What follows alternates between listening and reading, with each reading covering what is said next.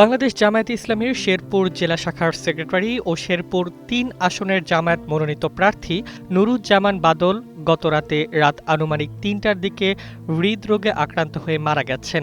বিষয়টি নিশ্চিত করেছেন শেরপুর জেলা জামায়াতে ইসলামীর সহকারী সেক্রেটারি আবুল কালাম আজাদ। পরিবার সূত্রে জানা যায়, বাদল মঙ্গলবার রাত ১০টার দিকে শ্বাসকষ্টজনিত সমস্যায় গুরুতর অসুস্থ হয়ে পড়েন। তাকে প্রথমে শ্রীবরদী উপজেলা স্বাস্থ্য কমপ্লেক্সে নেওয়া হলেও অবস্থা গুরুতর হওয়ায় ময়মনসিংহে নেওয়ার সিদ্ধান্ত নেওয়া হয়। ময়মনসিংহ শহরের প্রবেশমুখ ব্রিজ এলাকায় পৌঁছালে তার শারীরিক অবস্থার অবনতি ঘটে এবং ময়মনসিংহ মেডিকেল কলেজ হাসপাতালে নেওয়ার পর চিকিৎসক তাকে মৃত ঘোষণা করেন।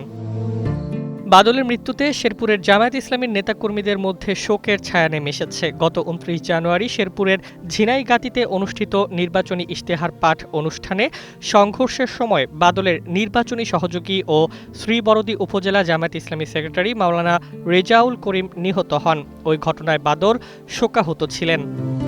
সূত্র জানায়, নির্বাচনী ইশতেহার পাঠ অনুষ্ঠানে চেয়ারে বসাকে কেন্দ্র করে বিএনপি ও জামায়াতের নেতাকর্মীদের মধ্যে সংঘর্ষের পর পরিস্থিতি শান্ত হয়। তবে বাদল তার সমর্থকদের নিয়ে শহরের দিকে যাওয়ার চেষ্টা করলে প্রশাসনের বাধার মুখে পড়েন এবং পুনরায় সংঘর্ষ শুরু হয়, যেখানে গুরুতর আহত হন রেজাউল করিম। পরে ময়মনসিংহে নেয়ার পথে বাদলের মৃত্যু হয়।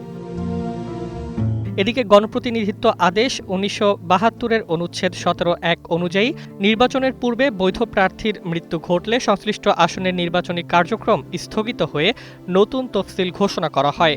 শেরপুর ৩ আসনের নির্বাচন স্থগিত হবে কিনা তা নিয়ে এখন নির্বাচন কমিশনের নজর রয়েছে।